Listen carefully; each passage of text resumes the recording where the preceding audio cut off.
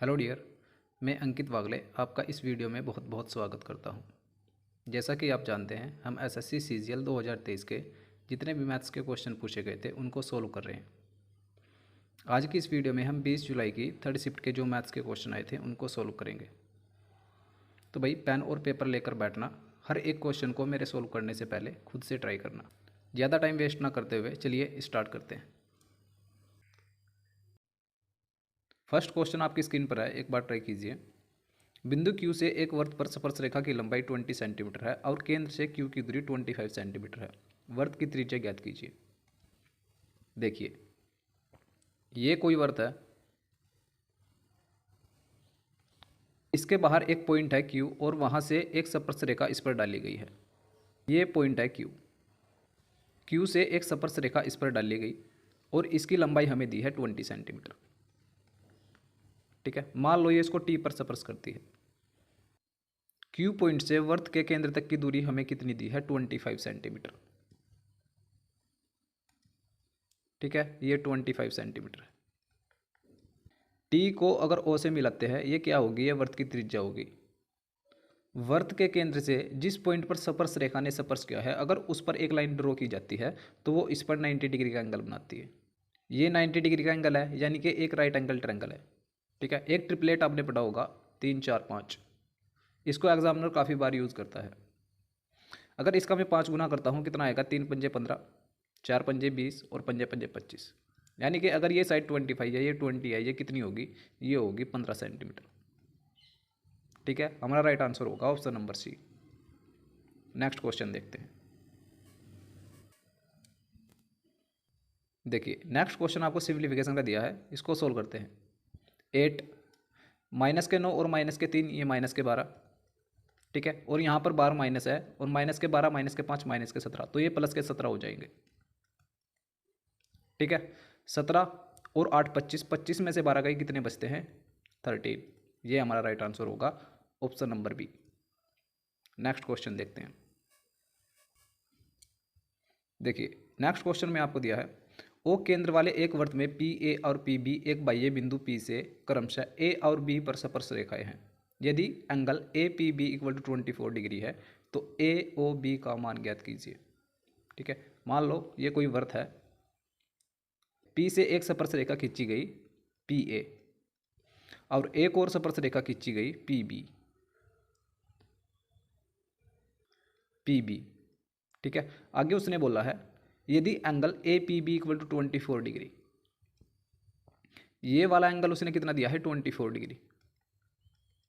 ए को अगर वृत्त के केंद्र ओ से मिलाते हैं और फिर अगर वृत्त के केंद्र को बी से मिलाते हैं, इस वाले एंगल की वैल्यू हमसे पूछिए।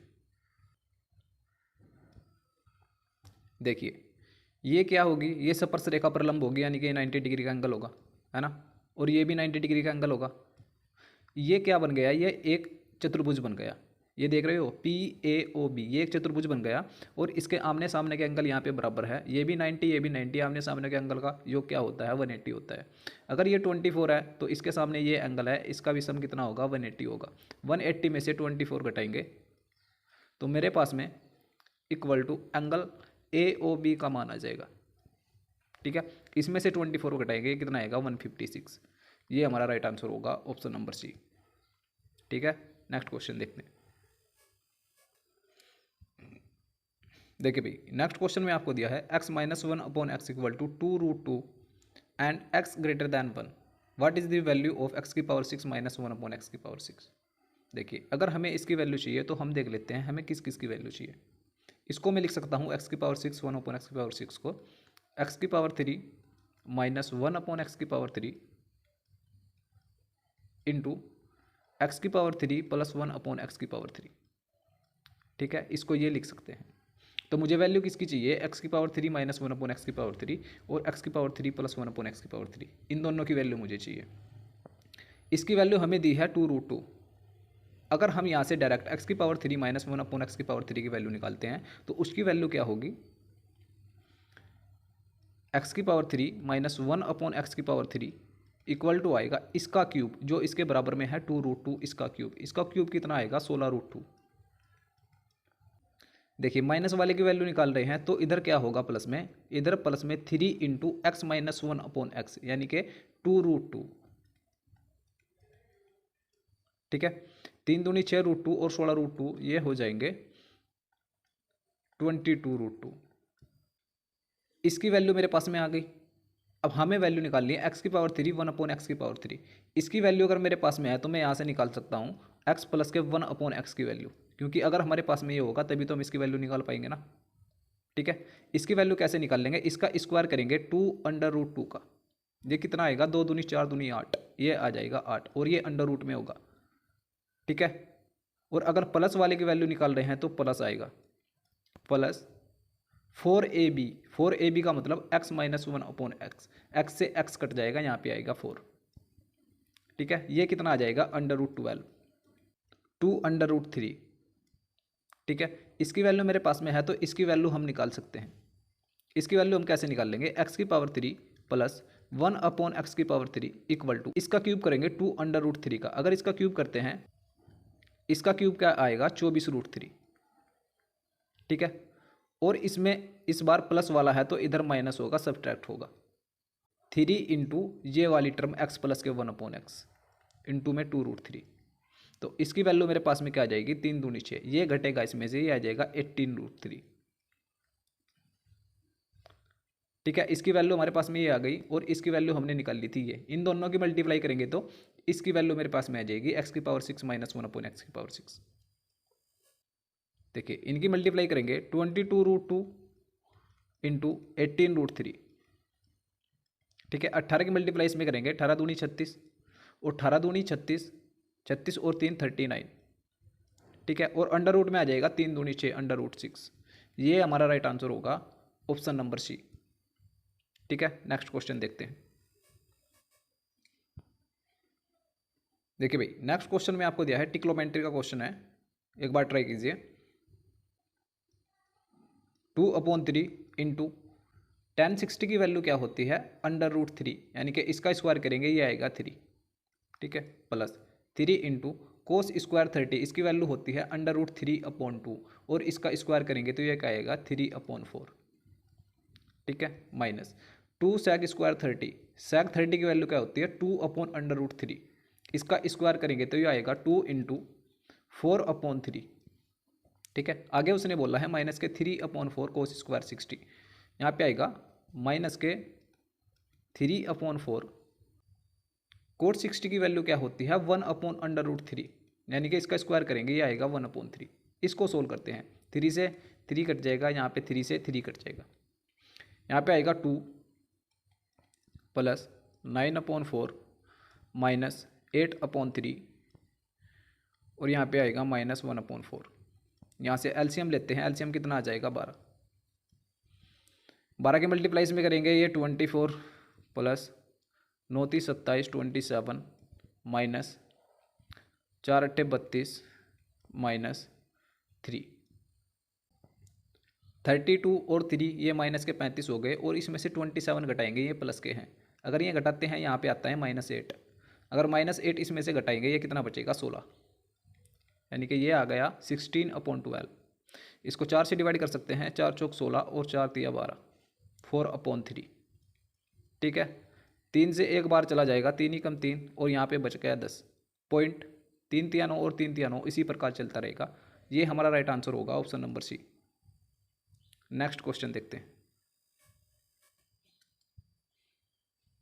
नेक्स्ट क्वेश्चन में आपको दिया है, सुप्रजा और कौशल्या एक काम को क्रमशः 30 दिन और 20 दिन में पूरा कर सकती है। एक सुप्रजा है और एक कौशल्या है। सुप्रजा कार्य को 30 दिनों में कर सकती है और जो कौशल्या है वो कार्य को 20 दिनों में कर सकती है। ठीक है, आगे उसने बोला है यदि काम की शुरुआत सुप्रजा से होती है और इसके बाद में बारी बारी से कार्य करते हैं। देखिए इन दोनों का एलसीएम क्या होगा 60, 20 से इसको डिवाइड करेंगे 20 तिया 60 और 30 से इसको डिवाइड करेंगे 30 दूनी 60। इनकी एफिशिएंसी मेरे पास में आ गई। सुप्रजा एक दिन में 2 काम कर सकती है और कौशल्या एक दिन में 3 काम कर सकती है। और उसने बोला है अगर सुप्रजा कार्य की शुरुआत करती है तो वह बारी बारी से कार्य करते हैं तो 75% काम कितने दिनों में पूरा हो जाएगा। अगर सुप्रजा ने कार्य की शुरुआत की तो एक दिन में कितना काम कर देगी 2 काम कर देगी। इसके बाद फिर कार्य पर कौन आएगी कौशल्या। कौशल्या कितना काम करेगी एक दिन में 3 काम, तो 2 दिन में कितना काम हो जाएगा 3 और 2 5, 2 दिन में 5 काम हो गया। ठीक है, और उसने बोला है 75% काम कितने दिनों में करेगी टोटल वर्क का। 60 का 75% कितना होगा इसका 3/4, 4 से इसको डिवाइड करेंगे, यहाँ पे आएगा 15 3 45, यानी कि 45 कार्य उसे कराना है। ये दोनों मिलकर 2 दिन में कितना कार्य करती है, 5 कार्य करती है। तो हम यहाँ से देखते हैं 45 कार्य को कितने दिनों में करेगी। 9 से मल्टीप्लाई करेंगे दोनों तरफ, 9 दूनी 18 और 9 पंजे 45। कार्य का 75% ये कितने दिनों में कर देगी, ये 18 दिनों में कर देंगे अगर दोनों मिलकर कार्य करें तो। हमारा राइट आंसर होगा option number D. Next question देखते हैं। नेक्स्ट क्वेश्चन में आपको दिया है एक त्रिभुज की 3 भुजाएं 12 17 और x इकाई है, निम्नलिखित में से कौन सा विकल्प सही है।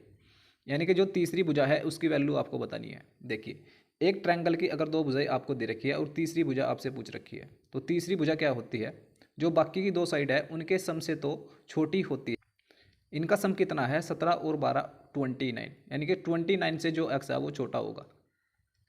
ठीक है, और इनके डिफरेंस से बड़ी होती है। 17 और 12 का डिफरेंस कितना है 5 का, तो 5 से तो बड़ा होगा x।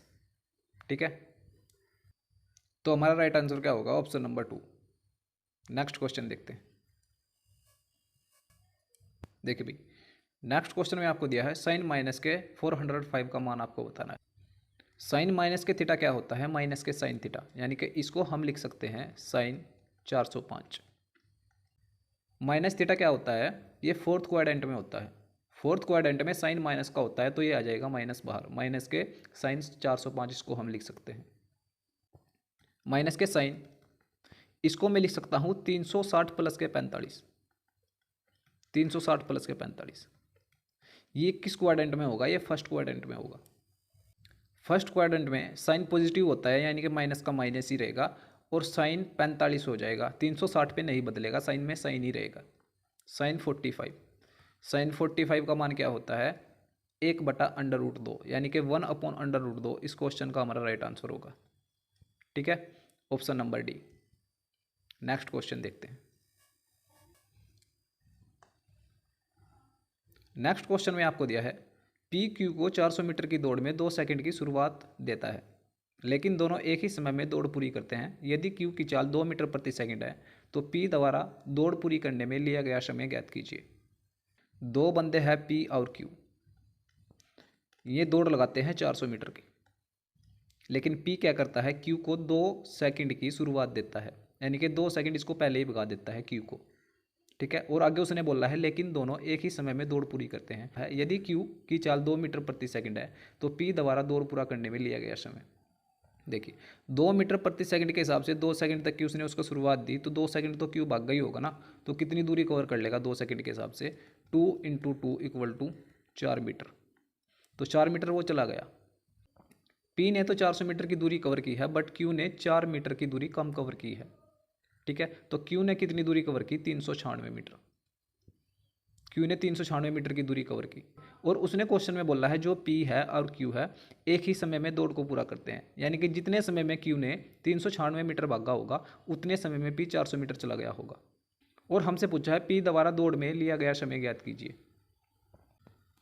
अगर दोनों एक ही समय में दौड़ पूरा करते हैं, तो क्यू को 396 मीटर की दूरी कवर करने में 2 मीटर प्रति सेकंड के हिसाब से जितना समय लगा होगा, इतना ही समय पी को लगा होगा पूरी दौड़ करने में 400 मीटर की। ठीक है, इससे इसको डिवाइड करेंगे, ये आएगा 198 सेकंड। ठीक है, ये हमारा राइट आंसर होगा option number A. Next question देखते हैं।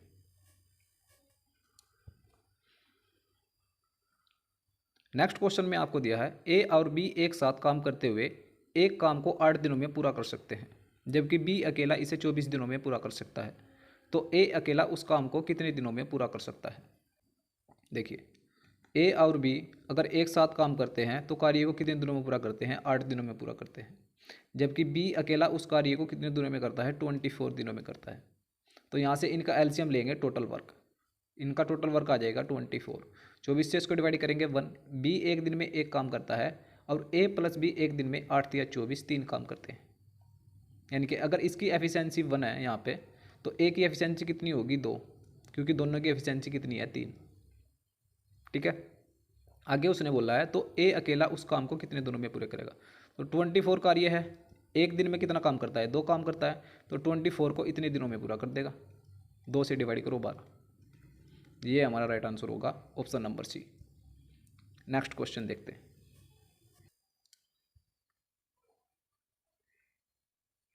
नेक्स्ट क्वेश्चन आपको दिया है सिंप्लीफिकेशन का, एक बार ट्राई करो।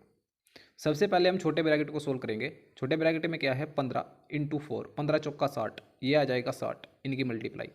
83 में से अगर 60 घटाते हैं ये बचेगा 23, यहाँ पे आ गया 23। और इधर है 9 और 9 81, 81 में अगर 23 जोड़ते हैं ये आएगा 104, यानी कि ये एक्सप्रेशन सोल्व करके हमारे पास में कितनी आ गई 104। ठीक है, ये 104 आ गई। 150 में से 104 घटाते हैं ये कितना बचेगा, ये बचेगा 46। ठीक है 46। आगे है 325 प्लस 276, और इस पूरे को सोल्व करके हमारे पास में कितना आया 46। ये किस में है, ये डिवाइड में है।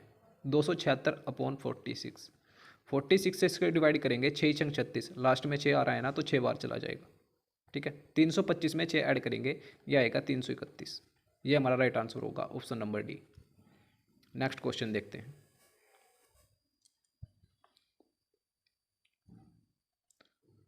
नेक्स्ट क्वेश्चन में दिया है the slant height of A cone is 10 centimetre and the radius is 6 centimetre, what is the total surface area of the cone. एक कोन की तिर्यक ऊंचाई आपको दे रखी है 10 सेंटीमीटर और त्रिज्या दे रखी है 6 सेंटीमीटर, और शंकु का संपूर्ण पृष्ठीय क्षेत्रफल आपको बताना है। हिंदी में थोड़ी टाइपिंग मिस्टेक हो गई है, आप इंग्लिश में देख सकते हैं। देखिए इस प्रकार से कोई कोन होगा,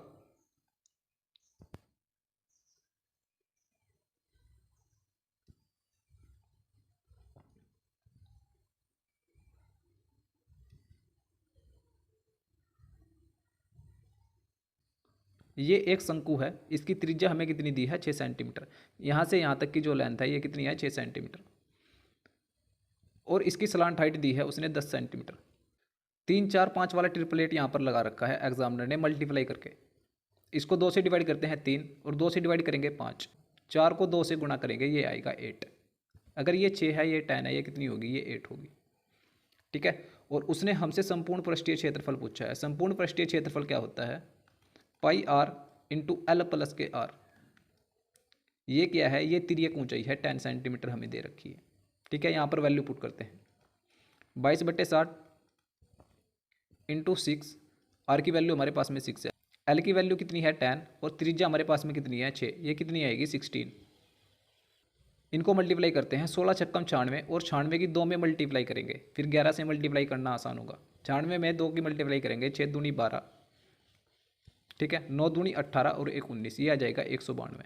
192 इंटू 11/7, 11 से इसमें मल्टीप्लाई करेंगे 2, 1 1 2, और अपॉन 7, 7 से इसको डिवाइड करेंगे, 7 या 21, 7 या 21 0, 7 एकम 7, ठीक है, और 7 चौका 28, और 7 चौका 28। ठीक है, हमारा राइट आंसर होगा option number D. Next question देखते हैं। नेक्स्ट क्वेश्चन में आपको दिया है 50 दर्जन केलों का मूल्य 2400 रुपये है और प्रति केले की परिवहन लागत 0.25 है। एक जोड़ी केले का विक्रय मूल्य 10 है, लाभ प्रतिशत ज्ञात कीजिए। 50 दर्जन केलों का क्रय मूल्य कितना है 2400 रुपये। ठीक है, एक दर्जन केलों का विक्रय मूल्य यहाँ से निकाल लेंगे, यानी कि 12 किलो का। 12 किलो का क्रय मूल्य कितना होगा 2400 अपॉन 50।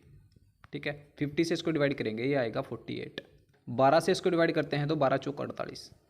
एक केले का मूल्य मेरे पास में आ गया 4 रुपये। एक केले का मूल्य 4 रुपये है, और वो बोल रहा है परिवहन पर प्रति केले की लागत कितनी है 0.25, यानी कि 0.25 और खर्च किए उसने। तो उसका टोटल सीपी कितना आ गया, एक केले पर कितना खर्च किया उसने 4.25 रुपये, उसकी लागत इतनी है। ठीक है, और वो बोल रहा है एक जोड़ी केले का विक्रय मूल्य 10 रुपये है। 2 केलों को 10 रुपये में बेचता है, तो एक केले को कितने में बेचेगा, उसका एसपी होगा एक केले का 5 रुपये। ठीक है, तो लाभ कितने का ले लिया उसने 0.75 का। कितने पर लिया, सीपी पर 4.25 पर। परसेंटेज के लिए इंटू 100, पॉइंट से पॉइंट हटा देंगे, 25 से यहाँ पे डिवाइड करेंगे, यह आ जाएगा 25 या 75, और 25 से यहाँ पे डिवाइड करेंगे 25 कम 25।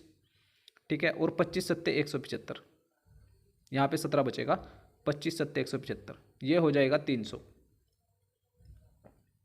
300 अपॉन 17, इससे अगर इसको डिवाइड करते हैं ये आएगा 17 कम 17, यहाँ पे बच गया 13 130 और 17 सत्ते 119, 17 पॉइंट समथिंग हमारा आंसर होगा ऑप्शन नंबर बी। ठीक है, नेक्स्ट क्वेश्चन देखते हैं।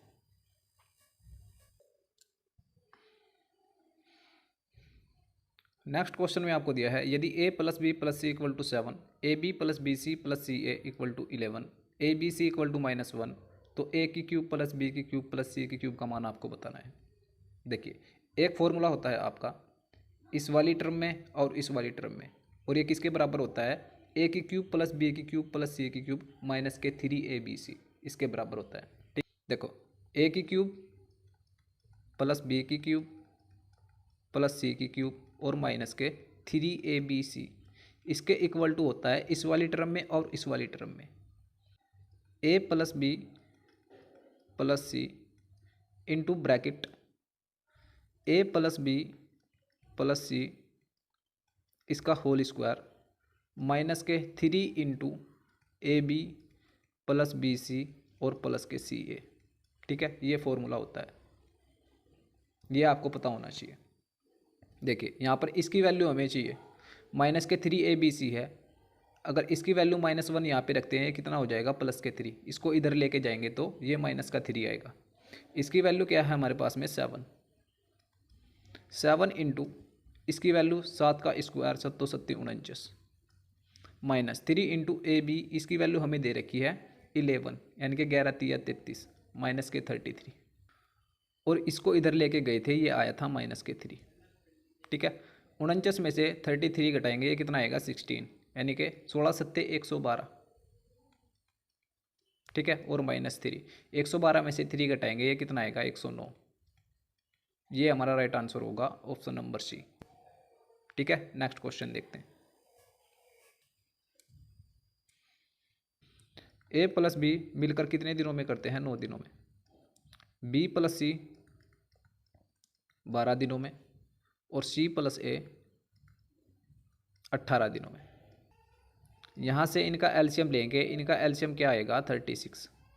ठीक है, 18 से इसको डिवाइड करेंगे, इनकी एफिशिएंसी का रेशो निकालते हैं, 18 दूनी 36 और 12 तिया 36 और 9 चौक 36। ठीक है, a प्लस बी एक दिन में 4 काम कर सकते हैं, b प्लस सी 3 और c प्लस ए 2। ठीक है, उसने पूछा है अगर तीनों मिल जाए तो कार्य को कितने दिनों में पूरा करेंगे।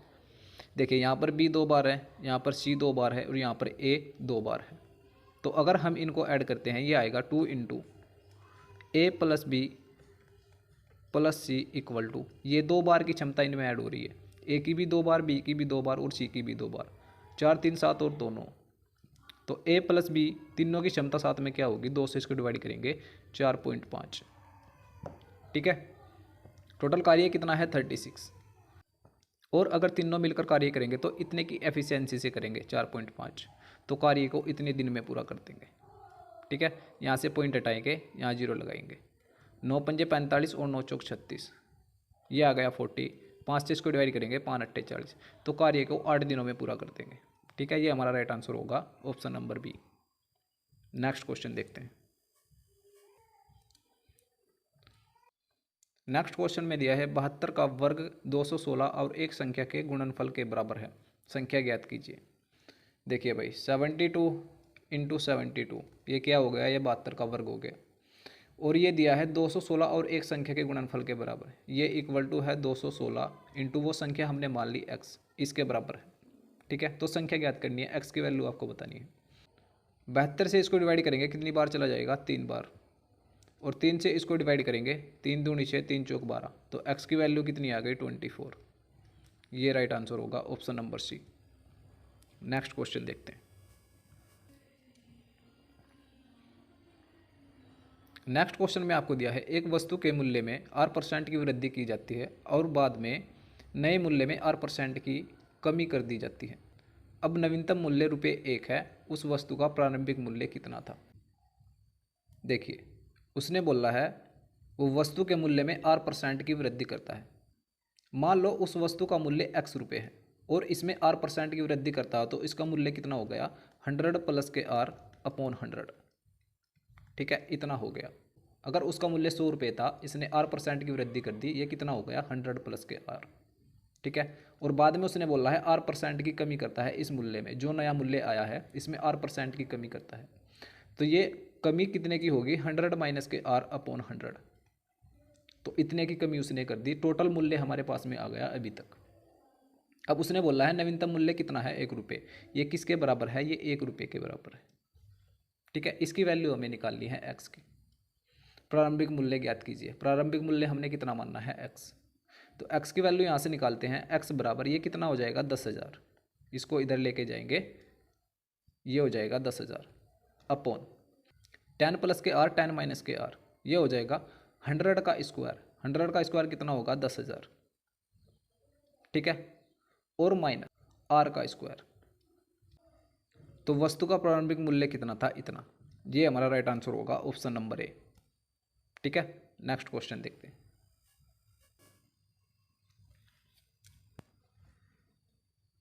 नेक्स्ट क्वेश्चन में आपको दिया है, एक रिटेलर 92,000 अंकित मूल्य के एक एयर कंडीशनर को बेचने के लिए 30% की छूट की घोषणा करता है। एयर कंडीशनर का क्रय मूल्य अंकित मूल्य से 70% कम है। यदि खरीदार खुदरा विक्रेता के स्टोर का अपना सदस्यता कार्ड प्रस्तुत करता है तो वह 20% की अतिरिक्त छूट देता है। सदस्यता कार्ड योजना के साथ खुदरा विक्रेता को लाभ सदस्यता कार्ड योजना के बिना खुदरा विक्रेता के लाभ का कितना प्रतिशत है। यहाँ पर अंकित मूल्य दिया है 92,000 और इसका जो क्रय मूल्य है इससे 70% कम है, यानी कि 92,000 का 70% कम, और जो बेचेगा इस पर ही छूट देकर बेचेगा 92,000 पर ही। और परसेंटेज में हमसे पूछा है तो हम 92,000 को ना भी लेके तो छोटी वैल्यू मान लेते हैं। ठीक है, छोटी वैल्यू मान लेते हैं जो 10 से और 5 से कट जाए। तो मान लिया जो उसका अंकित मूल्य है वो कितना है, वो 150 रुपये है। ठीक है, और उसने बोला है अंकित मूल्य से 70% कम है उसका CP। अगर 70% इससे कम है तो कितना रहा होगा, 150 का 3/10। 70% कम की फ्रैक्शन वैल्यू होती है 3/10। तो 150 का 3/10 निकाल लेंगे, ये उसका CP हमारे पास में आ जाएगा।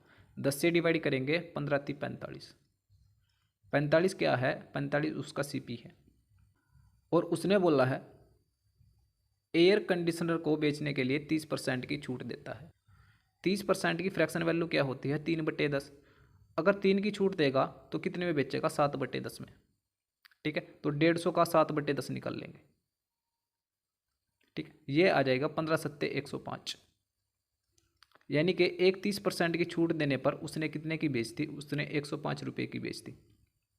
आगे उसने बोला है यदि खरीदार खुदरा विक्रेता के स्टोर का अपना सदस्यता कार्ड प्रस्तुत करता है तो वह 20% की अतिरिक्त छूट देता है। ठीक है, ये कितनी आई, 30% की छूट देकर 105। और अगर अपना सदस्यता कार्ड यूज़ करता है तो 20% की अतिरिक्त छूट देता है। 20% छूट की फ्रैक्शन वाली होती है 4/5। 5 से इसको डिवाइड करेंगे, 5 दूनी 10 और 5 कम 5 और 21 चौक 84। तो उसका SP कितना रहा होगा यहाँ पर, 84। ठीक है, ये सेकंड SP। अब आगे उसने बोला है सदस्यता कार्ड योजना के साथ खुदरा विक्रेता का लाभ। सदस्यता कार्ड योजना के साथ उसने कितने की बेची, 84 की बेची, और उसका CP कितना था, 45। ठीक है, तो यहाँ पर उसको लाभ कितने का हो गया। अगर यहाँ पर हम प्रॉफिट देखते हैं, 84 में से 45 घटाएंगे, ये आएगा 5 और 34 39। तो 39 का लाभ उसने यहाँ पे ले लिया सदस्यता कार्ड के साथ। और उसने बोला है खुदरा विक्रेता का लाभ सदस्यता कार्ड के योजना के बिना विक्रेता के लाभ का कितना प्रतिशत है। अगर सदस्यता कार्ड का यूज़ नहीं करेगा तो वो कितने में बेचेगा, 105 रुपये में। अगर 105 रुपये में बेचेगा, उसका CP कितना है, 45। तो यहाँ पर लाभ कितने का ले लिया उसने, यहाँ पर लाभ ले लिया उसने 60 रुपये का। ठीक है, यहाँ तक सिचुएशन क्लियर। और हमसे पूछा है सदस्यता कार्ड के साथ जो लाभ है वो बिना सदस्यता कार्ड के साथ जो लाभ है उसका कितना प्रतिशत है, यानी कि 39 60 का कितना प्रतिशत होगा, ये हमें बताना है। ठीक है, तो निकालते हैं।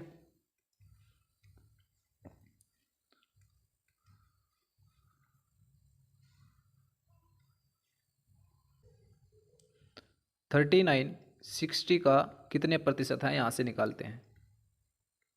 ठीक है, 0 से 0 कट जाएगी, यहाँ पे आ जाएगा 390। ये हो जाएगा 390। 6 से डिवाइड करेंगे, 6 × 36 और 6 × 5 = 30। ठीक है, ये आ जाएगा 65%। यही हमसे क्वेश्चन में पूछा था। हमारा राइट आंसर होगा ऑप्शन नंबर बी।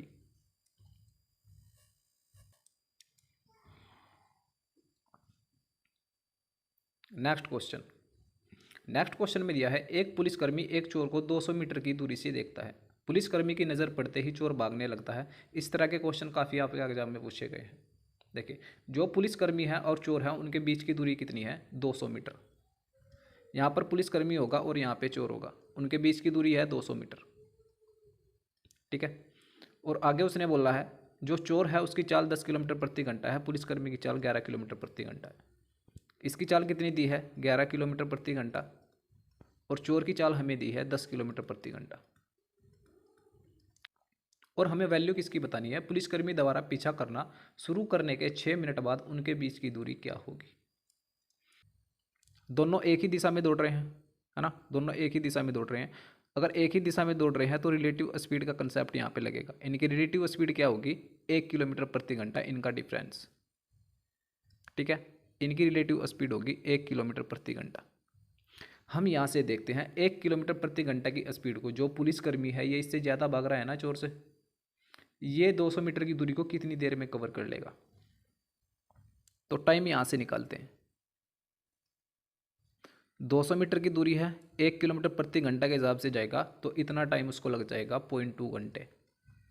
ये मीटर में है, इसको किलोमीटर में बदलेंगे तो 0.2 घंटे उसको लग जाएंगे। ठीक है। अगर 0.2 घंटे में 200 मीटर की दूरी तय करता है तो 6 मिनट में कितना गया होगा यहाँ से निकाल लेंगे। ठीक है। 0.2 घंटे में उसने कितनी दूरी कवर की? उसने 200 मीटर की दूरी कवर की। इसको 60 से मल्टीप्लाई करेंगे, इसको मिनट में बदलेंगे। 60 से मल्टीप्लाई करेंगे, ये कितना आएगा? 12। तो 12 मिनट में कितनी दूरी कवर करेगा? 200 मीटर की। ठीक है, 12 मिनट में कितना गया? 200 मीटर। और हमसे पूछा है 6 मिनट बाद उनके बीच की दूरी कितनी होगी। तो 6 मिनट में कितनी दूरी कवर कर लेगा? 6 मिनट में इसकी हाफ दूरी कवर कर लेगा। अगर 12 मिनट में 200 मीटर जा रहा है यानी कि 100 मीटर चला जाएगा। 6 मिनट में कितना गया? 100 मीटर। 6 मिनट में 100 मीटर गया तो बाकी दूरी कितनी बची होगी? 100 मीटर। उसने पूछा है 6 मिनट के बाद उनके बीच की दूरी कितनी होगी, तो 100 मीटर होगी। ये हमारा राइट आंसर होगा, ऑप्शन नंबर बी। ठीक है। तो यहाँ पर हमने सारे के सारे क्वेश्चन सोल्व कर लिए हैं 20 तारीख की थर्ड शिफ्ट के जो मैथ्स के क्वेश्चन आए थे।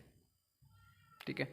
अगर आपको वीडियो अच्छी लगती है तो वीडियो को लाइक करें और चैनल को सब्सक्राइब करें और वीडियो को शेयर करना ना भूलें। तो पढ़ते रहिए, मुस्कुराते रहिए। मिलते हैं अगली वीडियो में, तब तक के लिए नमस्कार, थैंक यू।